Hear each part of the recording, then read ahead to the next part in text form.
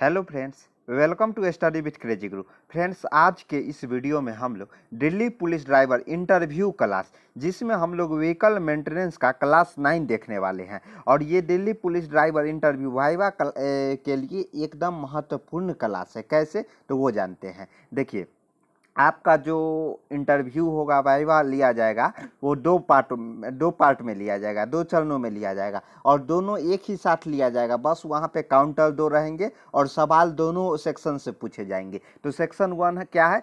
Section 1 है जिसमें traffic जो यातायात नियम वगैरह है, ट्रैफिक साइन हो गया, रोड सेंस हो गया, ओवरटेकिंग रूल हो गया, ड्राइविंग रूल हो गया, ये सब से आपको पूछे जाएंगे, जो कि 25 मार्क्स के रहेंगे, जिसमें 12.5 मार्क्स लाना अनिवार्य है। अगर 12.5 मार्क्स से अगर आपका मार्क्स कम आता है तो वहीं पे आपको फेल माना जाएगा। ओके, तो ये तो हो गया। तो क्या है, तैयारी कैसे करें? और व्हीकल मेंटेनेंस, देखिए, knowledge of maintenance of vehicle, इसका भी 25 मार्क्स के पूछे जाएंगे, जिसमें कि 12.5 मार्क्स इसमें भी लाना अनिवार्य है। तो ये दोनों पार्ट का तैयारी है जो स्टडी विथ क्रेजी गुरु के यूट्यूब चैनल पे चल रहा है। तो आज का जो क्लास है ये सेक्शन 2 का है। सेक्शन 2 का ये 9th क्लास है। और देखिए, सेक्शन 1 का भी क्लास चल रहा है। अगर आप लोगों ने नहीं देखा है तो प्लेलिस्ट का लिंक है, वो नीचे डिस्क्रिप्शन बॉक्स में मिल जाएगा। ये क्लास देखने के बाद आप फिर से क्लास 1 से स्टार्ट कर सकते हैं। ओके, तो ये ध्यान रखिएगा और ये क्लास लास्ट तक देखिए, एकदम झमाझम तरीके से मजा आ जाएगा क्लास देखने के बाद। ओके, तो चलिए स्टार्ट करते हैं। लेकिन आप लोगों को हम बता दें कि ये विषय सूची क्या है। तो ये इंटरव्यू का विषय सूची, और ये जो विषय सूची आपको हम बता रहे हैं, ये यातायात, जो ये देखिए, यातायात नियम, ड्राइविंग नियम, इसका है। और जो अभी पढ़ाएंगे वो नॉलेज और व्हीकल मेंटेनेंस है। ये तो पढ़ाएंगे ही, लेकिन ये भी आप लोगों को जानकारी रहना चाहिए कि विषय सूची जो सेक्शन 1 का विषय सूची है, जिसमें देखिए अपने वाहन के बारे में जानिए, ड्राइविंग लाइसेंस के बारे में पूछा जाएगा, यातायात संकेत सूचक एवं सड़क चिन्ह, यह है ना, वो बात यहाँ पे इंग्लिश में लिखा गया। क्या है? Knowledge of traffic road, traffic sign, road sense एवं बेसिक ड्राइविंग रूल। अब ड्राइविंग नियम कहाँ पे है? तो देखिए यहाँ पे है ना, आपको देखिए ड्राइविंग के नियम, सुरक्षित ड्राइविंग के नियम, तो ये सब आपसे पूछे जाएंगे। और ये क्लास भी करवाया गया है। लेकिन आप लोगों ने अभी तक ई बुक नहीं लिया है तो ई बुक प्राप्त कर सकते हैं। वो ई बुक से आपको क्या होगा कि सेक्शन 1 पार्ट 1 और पार्ट 2, सेक्शन 1 और सेक्शन 2 दोनों का इंटरव्यू का बेहतर तरीके से आप तैयारी कर पाओगे। ओके, और वो बुक कैसे परचेस करना है? तो देखिए, इसका जो प्राइस है 100 रुपीज़ है, लेकिन अभी 20% डिस्काउंट चल रहा है, तो वो कारण इसका प्राइस अभी 80 रुपीज़ है। 80 रुपीज़ में दोनों सेक्शन का बुक आपको उपलब्ध कराया जाएगा। और बुक नहीं, ई बुक बोल सकते हैं। ई बुक बोले तो PDF फॉर्मेट में आपको सेंड किया जाएगा, और वो भी व्हाट्सअप पे। तो पेमेंट कितना? 80 रुपीज़ करना है। किस नंबर पे करना है? इसी नंबर पे आपको पेमेंट करना है। और पेमेंट करने के बाद आप स्क्रीनशॉट हमें व्हाट्सअप पे सेंड कीजिएगा। जैसे ही स्क्रीनशॉट आ जाएगा, 10 से 15 मिनट के अंदर आपको ई बुक सेंड कर दिया जाएगा। ओके, तो चलिए स्टार्ट करते हैं आज का जो क्लास है। सर, ऑब्जेक्टिव टाइप का क्वेश्चन पूछे जाएंगे क्या? हाँ, वहाँ पे कभी कभी जब भीड़ ज़्यादा हो जाता है ना, तो 4 ऐसे ऑब्जेक्टिव टाइप के क्वेश्चन दे दिए जाएंगे और बोला जाएगा बताइए इसमें चारों में से कौन, मतलब इसका आंसर क्या होगा। तो ऐसे भी इंटरव्यू लिए जाते हैं। ओके, तो इसलिए मैं ये, क्योंकि बिहार पुलिस ड्राइवर में ऑब्जेक्टिव टाइप के भी जो क्वेश्चन है वो पूछे जाते थे। ओके, तो मौखिक है, ये नहीं कि आपको वहाँ पे एग्जाम देना पड़ेगा, ऐसा नहीं, वहाँ पूछे ही जाएंगे। लेकिन कभी कभी ऑब्जेक्टिव टाइप के क्वेश्चन सामने रख देते हैं। ओके, तो देखते हैं। फ्यूल इंजेक्शन पंप का मुख्य भाग है। तो क्या है इसका मुख्य भाग? तो देखिए, ए में क्या बोलता है? डीजल पाइपलाइन में, पाइपलाइन में स्प्रिंग, उसके बाद नोजल, उसके बाद डिलीवरी वाल्व। तो इसका जो करेक्ट आंसर हो जाएगा डी, यानी कि डिलीवरी वाल्व बदले तो देखिए, फ्यूल इंजेक्टर पंप में मुख्य भाग है वो कौन सा है? डिलीवरी वाल्व है। तो ये क्या है? फ्यूल इंजेक्टर पंप में मुख्य भाग डिलीवरी वाल्व है। फ्यूल इंजेक्टर पंप डीजल इंजनों को ईंधनों की आवश्यक मात्रा, उच्च दाब तथा उचित समय पर इंजेक्टर तक पहुंचाने का कार्य करता है। अगर मान लीजिए ये डिलीवरी वाल्व नहीं रहेगा तो फिर ये जो फ्यूल है वो कैसे यहाँ तक, ये जो सिलेंडर है वहाँ तक नहीं ना पहुँच पाएगा। तो ये देखिए, फ्यूल इंजेक्टर पंप डीजल इंजनों के ईंधनों की आवश्यक मात्रा में उच्च दाब तथा उचित समय पर इंजेक्टर तक, यानी कि इसका जो डिलीवरी वाल्व का काम है, फ्यूल टैंक से लेके इंजेक्टर तक पहुंचाना। और ये कौन काम करता है? डिलीवरी वाल्व काम करता है। यह इंजेक्टर इंजन के प्रत्येक सिलेंडर पर फिट रहता है। देखिए जो सिलेंडर है डीजल इंजन के ऊपर यहाँ पर इंजेक्टर वाल्व लगा रहता है, तो इसका क्या काम है? स्प्रे करना रहता है। तो यहाँ तक अगर मान लीजिए टैंक है, टैंक से ये पहुँचाने का डिलीवरी वाल्व का ही काम है ना, तो ये डिलीवरी नाम ही है डिलीवरी वाल्व, यानी कि कुछ पहुँचाने का मतलब आ रहा है ना प्रकोप, तो ये फ्यूल को पहुँचाता है। उसके बाद देखिए, और ये प्रेशर और मतलब ऐसा प्रेशर सेट किया जाता है ताकि टैंक से लेकर वहाँ तक पहुँच सके। वहाँ पे कहीं कहीं पे पंप भी इस्तेमाल किया जाता है, कहीं कहीं पे विदाउट पंप इस्तेमाल किए पहुँच जाता है, वो सब प्रेशर का कमाल रहता है। देखिए यह इंजेक्टर इंजन के प्रत्येक सिलेंडर पर फिट होते हैं। ऑटोमोटिव इंजन में फ्यूल का इंजेक्शन दाब क्या होता है? इंजेक्शन दाब होता है 7 से 30 मेगा पास्कल। MPa मतलब मेगा पास्कल। ये प्रेशर मेजरमेंट करने का ऐसा ही मात्रक है। ओके, तो इतना के बीच रहता है तब जाके फ्यूल है जो एक टैंक से लेके, और अगर इतना तक अगर मान लीजिए प्रेशर बन जाता है तो सही है, नहीं तो वहाँ पे पंप लगाना पड़ता है। तो वही पंप के बारे में भी देखेंगे, आप टेंशन मत लीजिए। ओके, तो कितना 7 से 30 मेगा पास्कल तक रहता है। उसके बाद अगला क्वेश्चन देखते हैं क्या है। देखिए डीजल फिल्टर का प्रयोग होता है, तो कहाँ होता है? देखिए डीजल पाइपलाइन में, इंजेक्टर के साथ, डीजल टैंक के पूर्व, फ्यूल इंजेक्शन पंप से पूर्व। तो इसका जो सही उत्तर हो जाएगा क्या हो जाएगा? डी हो जाएगा। तो क्या है? डीजल फिल्टर का प्रयोग फ्यूल इंजेक्टर पंप से पूर्व किया जाता है। डीजल फिल्टर के द्वारा डीजल साफ किया जाता है। क्या? डीजल साफ किया जाता है।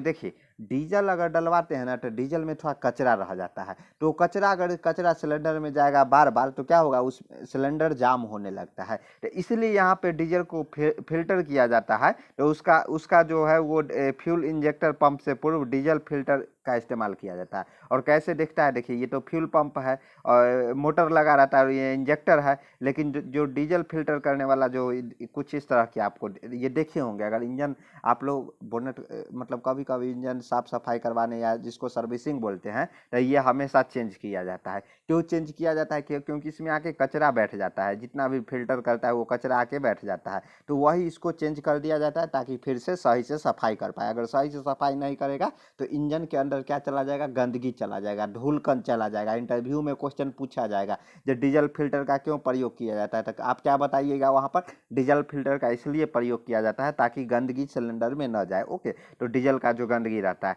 तो इसलिए ये मतलब जब जब सर्विसिंग कराने जाते हैं तो ये चेंज कर दिया जाता है। ओके, तो ध्यान रखिएगा ये चीज़। तो यहाँ पर यही बोला गया है कि ये फिल्टर का प्रयोग होता है फ्यूल इंजेक्टर पंप से पूर्व। अब क्यों किया जाता है? डीजल फिल्टर का प्रयोग फ्यूल इंजेक्टर पंप से पूर्व किया जाता है। डीजल फिल्टर के द्वारा डीजल साफ किया जाता है। क्या किया जाता है? डीजल साफ किया जाता है। क्यों किया जाता है वो तो बता ही दिए, ताकि सिलेंडर जाम ना हो, जो इंजन के अंदर सिलेंडर रहता है वो जाम ना हो। चलिए अब नेक्स्ट क्वेश्चन देखते हैं क्या है। SU इलेक्ट्रिकल फ्यूल पंप गाड़ी में लगा होता है। तो ये SU इलेक्ट्रिकल फ्यूल पंप क्या है? तो ये देखिए फ्यूल पंप है जो कि फ्यूल को एक जगह से दूसरे जगह जो प्रेशर बनाने, अगर कहीं कहीं पे प्रेशर नहीं बनता है तो वहाँ पे फ्यूल पंप लगाया जाता है ताकि फ्यूल को भेजने में आसानी मिले। तो SU इलेक्ट्रिकल फ्यूल पंप होता है जो कि बैटरी पे चलता है। अभी मॉडर्न इंजन में ये यूज होने लगा है, गाड़ी में लगा होता है। तो कहाँ लगा होता है? तो इसका कहीं भी लग सकता है। इंजन देखिए ए में क्या बोल, इंजन के अंदर लगता है, बोनट के अंदर लगता है, कहीं भी लग सकता है, इनमें से कोई नहीं। तो इसका आंसर सही हो जाए, कहीं भी लग सकता है। कैसे? तो देखिए SU इलेक्ट्रिकल फ्यूल पंप गाड़ी के इंजन से दूर कहीं भी लग सकता है, यानी कि इंजन के पास नहीं लगना चाहिए। क्यों नहीं लगना चाहिए? तो वही बता रहा हूँ।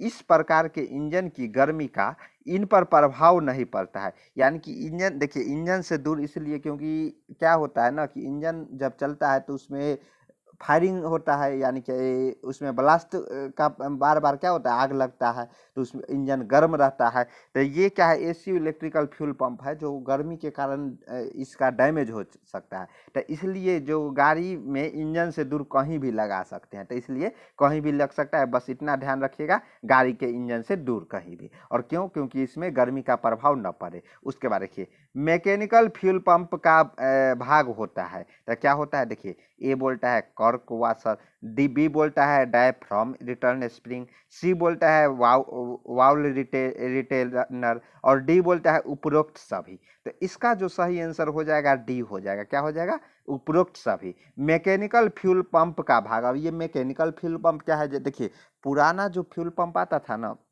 वो मैकेनिकल फ्यूल पंप आता था, जो कि एक अलग ही मतलब मैकेनिकल वर्क पे चलता था। और एसयू इलेक्ट्रिकल फ्यूल पंप है, जो कि बैटरी से चलता है, इलेक्ट्रिकल माध्यम से चलता है। ओके, तो ये सही है, मतलब ये नहीं बोलेंगे जो ये इलेक्ट्रिकल वाला ये सही है, क्योंकि मैकेनिकल फ्यूल पंप बार बार उसमें डैमेज आता था, और क्या होता था कभी कभी क्या है, फ्यूल का जो रेशियो है वो कम या ज़्यादा हो जाता था। लेकिन इसमें जो इलेक्ट्रिकल फ्यूल पंप है, इसमें वैसा देखने को नहीं मिलता है। तो जो मैकेनिकल, समझ गए ना, एसयू इलेक्ट्रिकल फ्यूल पंप क्या है? जो अभी आता है, जो कि इलेक्ट्रिक पर चलता है। और मैकेनिकल फ्यूल पंप क्या है? जो कि मैकेनिकल वर्क के अनुसार चलता है। यानी कि मान लीजिए वेलोसिटी कम ज़्यादा करना है, यानी कि डीजल पंप में स्पीड बढ़ाना है, तो उसका एरिया यहाँ पे नोजल लगा दिए। नोजल लगा देने से क्या होता है, इसका जो फ्यूल इससे होके गुजरेगा उसका स्पीड बढ़ जाएगा, तो इसको हम लोग मैकेनिकल वर्क बोलेंगे। लेकिन अगर इलेक्ट्रिकल फ्यूल पर, यानी कि ये इलेक्ट्रिकल, जैसे क्या है, आप हैंड पंप चलाते हैं, तो हैंड पंप चलाते हैं, पानी निकालते हैं, तो मैकेनिकल वर्क हुआ।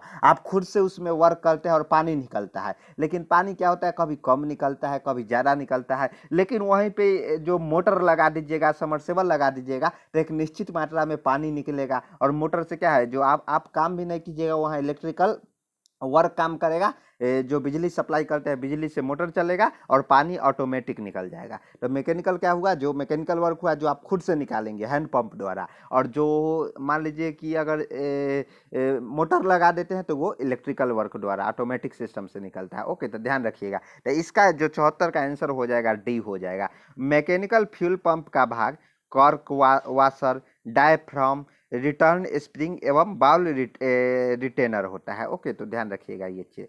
उसके बाद देखिए 75, एयर क्लीनर का प्रयोग होने का कारण है। तो क्या है? कम पेट्रोल पहुंचना। उसके बाद बी क्या बोलता है? महीन धूल कण इंजन तथा कार्बोरेटर में न जाने देना। ओके, उसके बाद डी क्या बोलता है? डी बोलता है क्षमता बढ़ाने के लिए। और सी क्या बोलता है? क्षमता बढ़ाने का। डी क्या है? इनमें से कोई नहीं। तो इसका जो सही आंसर हो जाएगा वो क्या हो जाएगा?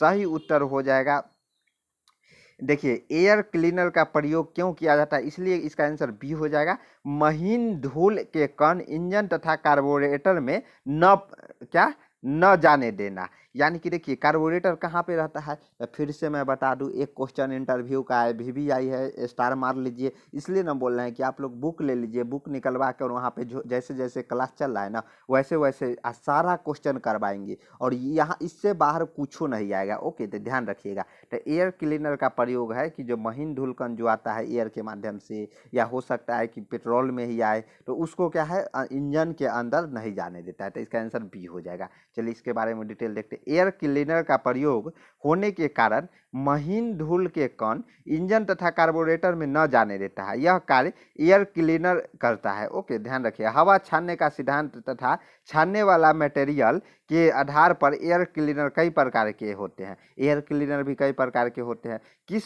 किस इंजन के लिए कौन सा एयर क्लीनर उपयोगी होगा, यह उस बात पर निर्भर करता है कि इंजन किस प्रकार वायुमंडल में कार्य करता है। अब ये क्या बोल दिया सर? तो देखिए, ये है कि कभी कभी क्या होता है कि आप गर्मी के दिनों में चला रहे हैं गाड़ी, कभी ठंडा के दिनों में। अगर मान लीजिए अभी जून चल रहा है, गर्मी काफ़ी ज़्यादा है, तो सभी जगह एक मौसम नहीं, कहीं पे ठंडा है तो आप कहीं चले जाइएगा तो वहाँ पर ठंडा है प्रदेश, जैसे कश्मीर में चले जाइएगा तो कश्मीर में भी कोई कोई स्थान है जहाँ पे बर्फ़ गिरता रहता है, वहाँ ठंडा स्थान है। तो ठंडा स्थान है तो वहाँ पे गाड़ी कुछ अलग, मतलब वहाँ पे ठंडा, यहाँ पे गर्मी है, तो वहाँ पर एयर क्लीनर का जो प्रयोग किया जाएगा वो अलग किया जाएगा, और यहाँ जो किया जाएगा वो अलग किया जाएगा। तो ध्यान रखिएगा ये चीज़।